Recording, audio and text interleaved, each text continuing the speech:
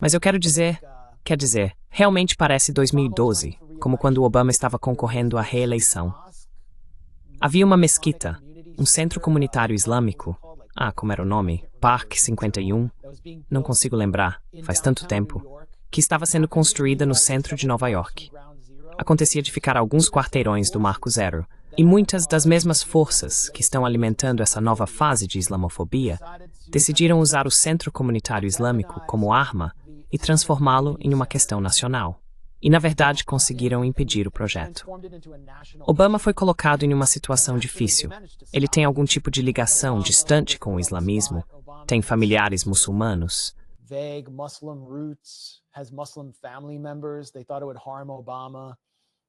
Eles achavam que isso prejudicaria Obama. Foi uma das tentativas deles de derrotá-lo, porque ele estava concorrendo contra um oponente extremamente fraco. Não funcionou. Mas Obama nunca reagiu contra isso. Zohran Mamdani está reagindo. Ele meio que está assumindo essa luta. Não sei se ele está enfrentando a questão de Israel, mas fez um discurso sobre islamofobia. J.D. Vance zombou dele por isso. J.D. Vance é realmente... Bem, Marco Rubio basicamente assume o governo Trump. E J.D. Vance está conduzindo essa campanha islamofóbica. E devemos esquecer disso?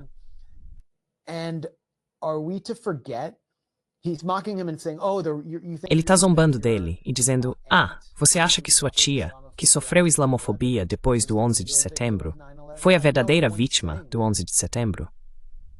Tipo, não. Ninguém está dizendo isso. Mas é pra gente esquecer como o 11 de setembro foi explorado para tirar nossos direitos, para empurrar o Patriot Act, para declarar uma AOMF, que até hoje não foi revogada, para lançar uma série de guerras que mataram milhões e destruíram vastas regiões do Oriente Médio e da Ásia Central. É isso que ele quer. J.D. Vance quer que a gente esqueça disso. E do fato de que pessoas que apenas pareciam muçulmanas foram mortas nas ruas dos Estados Unidos. Sikhs, pessoas que se pareciam com Usha Vance, foram mortas nas ruas aqui. E também foram detidas e presas, mesmo que ninguém tenha sido acusado de um único crime. Centenas de pessoas foram detidas e presas apenas por parecerem muçulmanas após o 11 de setembro, sob o comando do FBI, liderado por Robert Mueller. Aquele foi um dos piores momentos nos Estados Unidos. Foi por isso que entrei no jornalismo. Foi uma experiência realmente radicalizadora. E eles querem que voltemos a isso, pelos motivos mais cínicos. Então não acho que eles simplesmente vão desistir dessa luta e fazer política como de costume, política nova-iorquina como de costume, com Mamdani. Ele precisa fracassar. Sim. Ele precisa fracassar, porque, como disse George Will, o colunista conservador do Washington Post, que de certa forma representa o republicanismo nacional e tradicional, Mamdani deve ser eleito para que possam fazer dele um exemplo, para mostrar que o socialismo não funciona. Ele não vai implementar o socialismo. Como você disse, Aaron, ele vai adotar algumas medidas para melhorar a acessibilidade, mas não vão deixá-lo ter sucesso.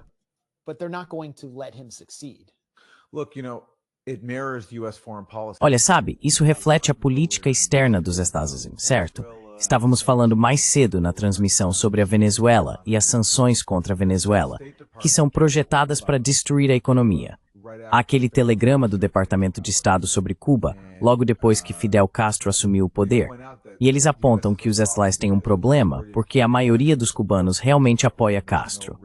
E não há uma oposição política real. Então, o que eles dizem? Vou citar. Conclui-se que todos os meios possíveis devem ser empregados prontamente para enfraquecer a vida econômica de Cuba. Precisamos. E o texto continua.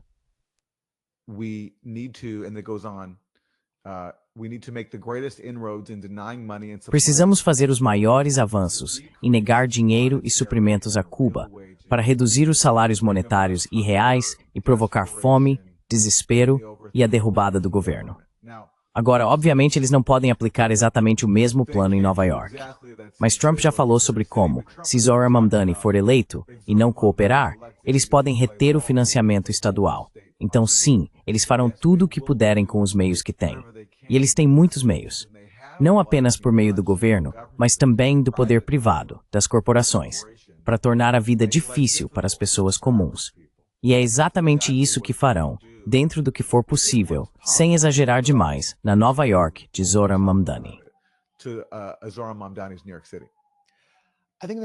Acho que eles vão além disso. Acho que precisamos voltar ao tweet de Eli Cohen. A ex-vice-enviada para o combate ao antissemitismo, onde ela ameaça agora um 11º vice-enviado para criar antissemitismo. Sim. Pense nos últimos 2 anos. Quantos incidentes antissemitas falsos e encenados tivemos? Para dramatizar o que os sionistas de direita querem que todos acreditem que está acontecendo, que os judeus estão enfrentando perseguição e um novo pogrom, eles fabricam incidentes antissemitas em Nova York como referência. Esse é meio que o ponto de partida do que eles fazem, mas ela parece estar ameaçando algum tipo de ataque terrorista dentro de Nova York. Pense em todas as tramas terroristas que o FBI supostamente desmantelou durante a era Obama. O FBI criou quase todas essas tramas. Quase todas. O FBI agora está sob o controle de Dan Bongino e Kash Patel.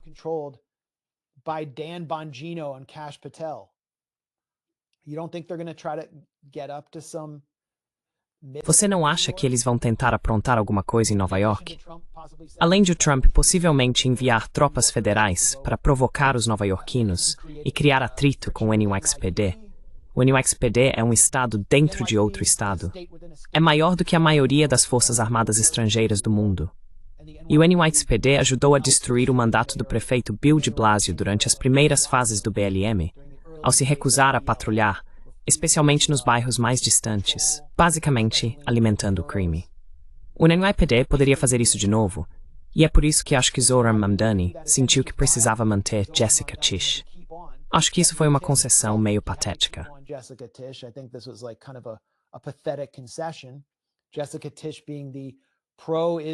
Jessica Tisch, sendo a comissária da NYPD pró-Israel e abertamente sionista, é essencialmente inimiga política dele, e inimiga de qualquer pessoa que tenha saído às ruas para protestar contra o genocídio em Nova York, especialmente na Universidade de Columbia.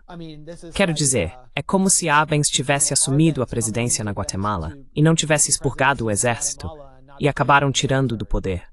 Mas o que aconteceria se ele removesse Jessica Tisch agora? Quero dizer, isso poderia preparar o terreno para algo imediatamente pior. Outro exemplo que eu citaria é o da Austrália. O primeiro-ministro Anthony Albanese critica Netanyahu, começa a criticar a conduta israelense em Gaza e, de repente, surgem ataques incendiários às sinagogas.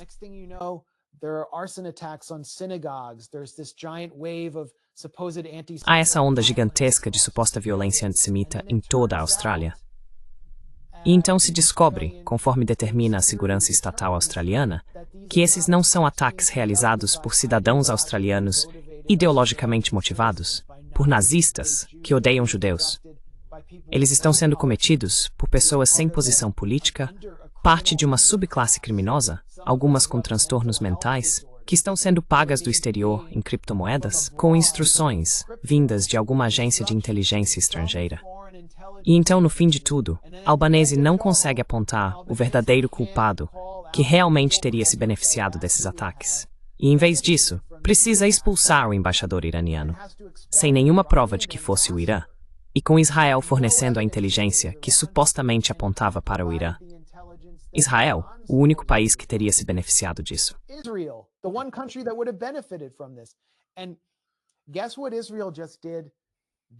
E adivinha o que Israel acabou de fazer esta semana? Eu devia mostrar isso, na verdade, só por caso de alguém não acreditar em mim. Está bem ali, diante dos nossos olhos, no New York Post. Israel está interferindo diretamente nesta eleição. Aqui está. Eu consegui. Eles estão interferindo diretamente, da maneira mais bizarra e estúpida possível. Isto vem do New York Post. Basicamente, o Post está se baseando em um relatório de um serviço de inteligência estrangeiro sobre Linda Sarsour, que dirigia uma organização ativista sem fins lucrativos em Bay Ridge, no Brooklyn, e é uma aliada de longa data de Zohran Mamdani. Não há disputa quanto a isso. Está registrado há anos. Nenhum dos dois negaria. Mas o New York Post está citando um relatório de um serviço de inteligência estrangeiro, dizendo que Linda Sarsour foi mentora de Zohran Mamdani. Quero dizer, de que país seria isso? Liechtenstein. Liechtenstein? Quer dizer, Linda Sarsour há muito tempo é alvo do New York Post e de outros veículos de direita porque é uma mulher palestina muçulmana politicamente ativa que usa hijab. Eles adoram atacá-la. E sim, agora estão se apoiando na chamada inteligência israelense para persegui-la.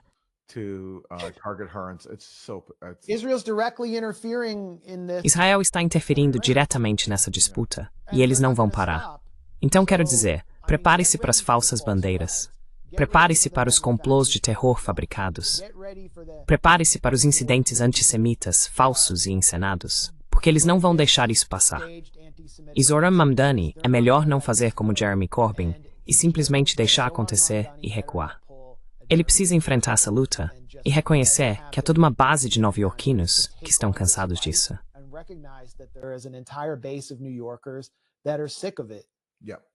Sim, sim, incluindo muitos nova-iorquinos que o apoiam.